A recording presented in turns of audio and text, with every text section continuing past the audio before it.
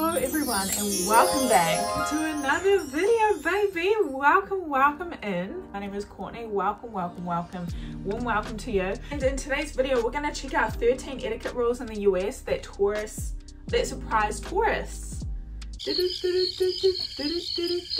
I can only assume tipping is gonna be in there. I guess smile back. If someone smiles at you, smile back. I don't know. We're gonna check it out today. Let me know what you guys think. Let me know if you are American and you agree with these.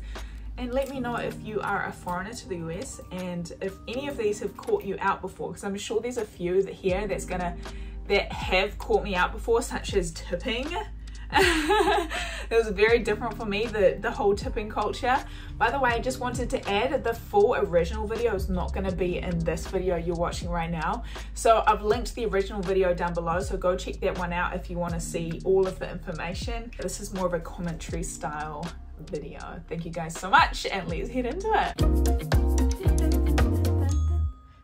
So our parents teach us to be polite. But what you learned as a kid doesn't always apply when you're in another part of the world. True. So if you're heading to the US anytime soon, I've got some tips for you on what we Americans consider the rules of etiquette and some stuff that's totally okay in the US that other countries might consider rude.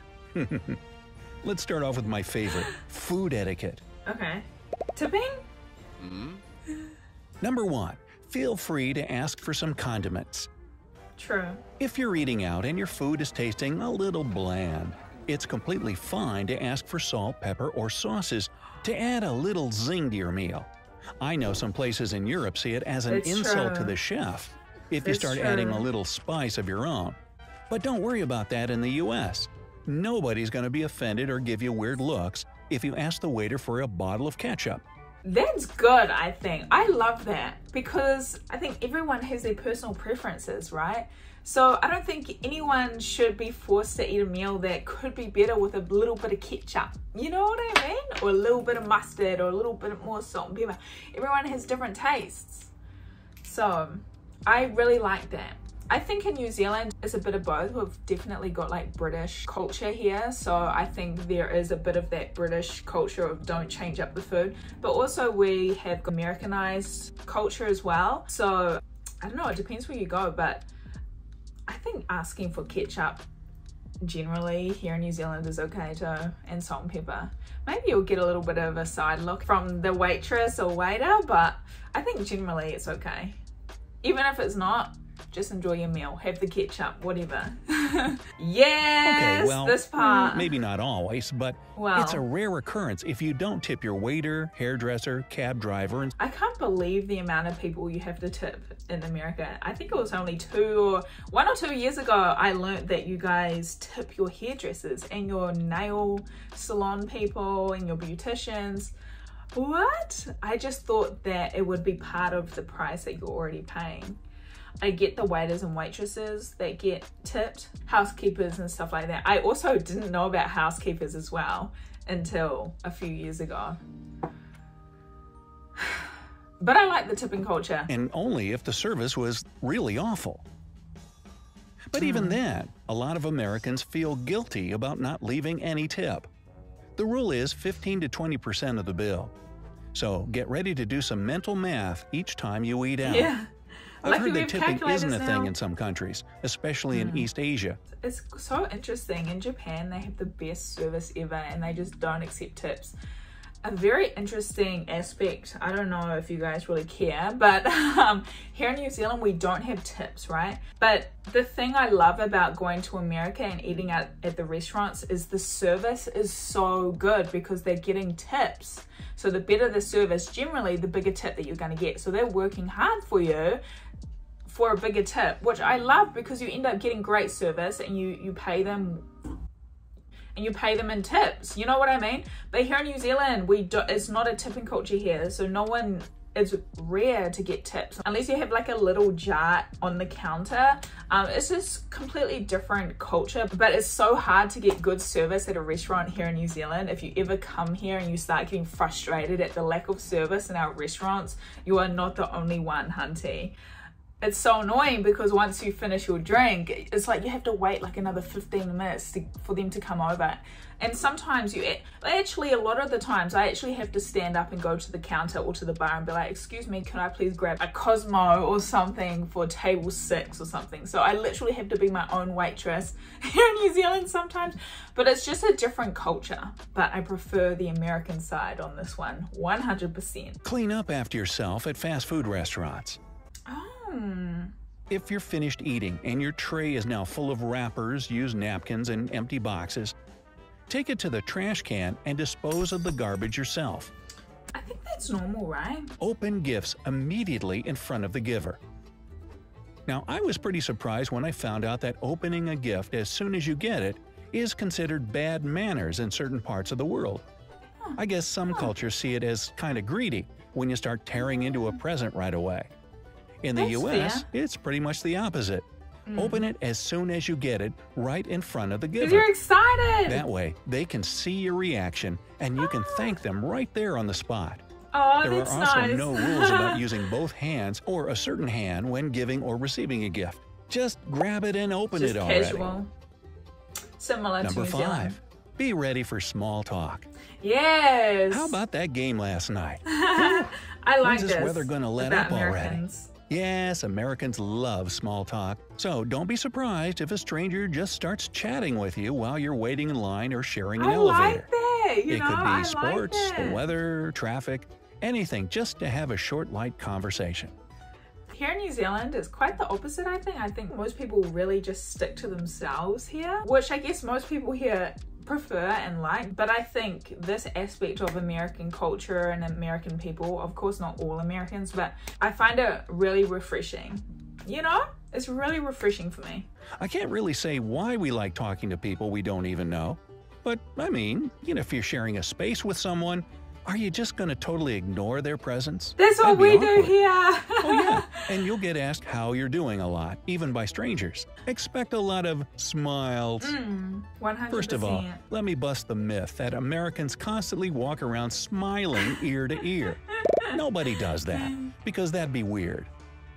But again, if you're sharing a space and making small talk with a stranger, or maybe someone opens or holds the door for you, they'll smile at you. And it's polite if you do the same. Cashiers and waiters also greet you with a big friendly smile. I read somewhere that this goes back to our early history as a country, built by people who all spoke different languages. Yes, I heard They didn't this. understand each other all that well, so they So just they smiled. smiled. But I still think we just like to be open and kind. That's good. Number 7. Respect the bubble. The bubble? Now, here's a pretty funny thing about Americans. We're friendly, we love to chat, but we also really like our personal space. bubble. The unspoken Got rule it. is to stand about an arm's length away when you're talking with someone. Got We're it. also not too big on touching during conversation, because The this can same be in New Zealand. misconstrued as a way of flirting. Of course, the rule doesn't apply with close friends and family, but Yes. still, even then, most Americans aren't too touchy-feely. Number 8. And definitely no kissing. What? I know in countries like Spain and Oh, France, mwah, people mwah. often greet each other with a peck or two on the cheek. Mm. There might be some Americans who greet the European way, but overall, we don't kiss each other as a way to say hi. Being loud is usually okay. So true. The stereotype of the loud American tourist might ring true most of the time, since we tend to project our Yes. voices, even out in public. Yes. Yes. It's not that we're yelling all the time, but I'd say we certainly speak louder than people in Europe or Asia. I've gotten some friendly reminder to take it down a few decibels when visiting my friends abroad. I don't mind it though. But I don't hey, mind it. if you're ever in the States, feel free to laugh out loud or get particularly animated while telling a joke. But of course, It's there's a time refreshing. and place for Again, it's that. refreshing You still have for to me. hush down in places like libraries. Shh. Number 10. Indirectness is politeness. So here's the thing about Americans. A direct, no, I don't want, or like that, is seen as pretty rude.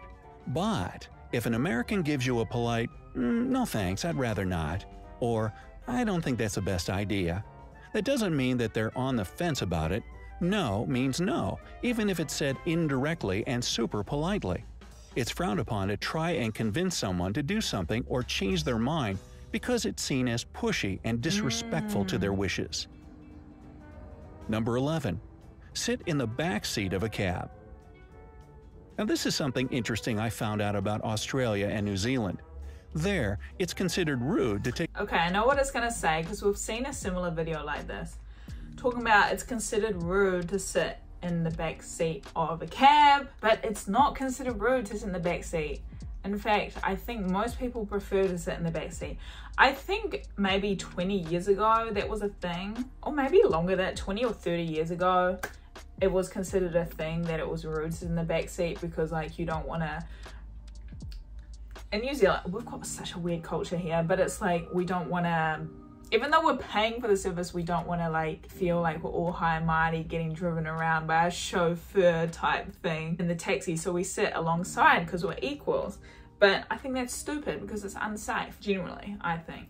And also, I feel like any taxi driver would want you to hop in the back. Maybe older people, they hop in the front seat because, you know, that I believe that really was a thing. But nowadays, just younger people just sit in the back seat. the back seat of a cab because it's almost like you're showing that you expect to be chauffeured by someone who's lower than you. Well, don't worry about that in the US. In fact, you should ride in the back seat because the driver might give you a weird look otherwise. It's not an elitist thing, and you can still make friendly small talk from the back. Just respect the driver's personal bubble, that's all. Number 12. Feel free to keep your shoes on inside.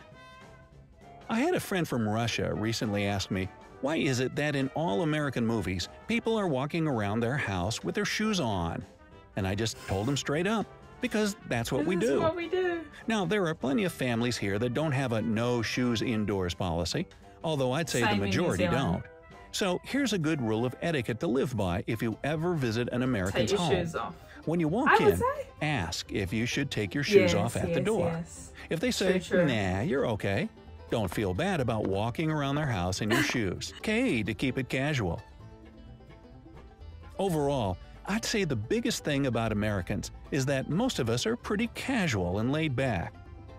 If you're ever out and about in the US, you'll see a lot of people running errands in sweatpants, gym shorts, baseball caps, and even their PJs. But it's not just about clothes either. We often keep it on a first-name basis, even with people that are generally referred to more formally in other countries. Very interesting, you guys. What do you guys think? There were a few of them that surprised me. The tipping one is such a big one. Guys, if any tourist, if any foreigner to the USA is watching this, definitely read up on how to tip. It's so important because there was definitely times when I was younger, when I went to the US, I didn't quite understand it. I feel bad, you know. I feel like I always did tip, but I think maybe there were a couple of times I was supposed to tip and I didn't. And how terrible is that? I'm like the classic tourist coming to the United States and they're like, this is a tourist, she's obviously not going to tip because she doesn't know what the frick she's doing. And even though they deserve the tip, you know what I mean? So yeah, thank you guys so much for watching with me today. Let me know what you guys think down below. Subscribe to the channel if you haven't already, by the way. I've got so many videos on my channel, so go check them out if you do want to, and I will see you all in my next video.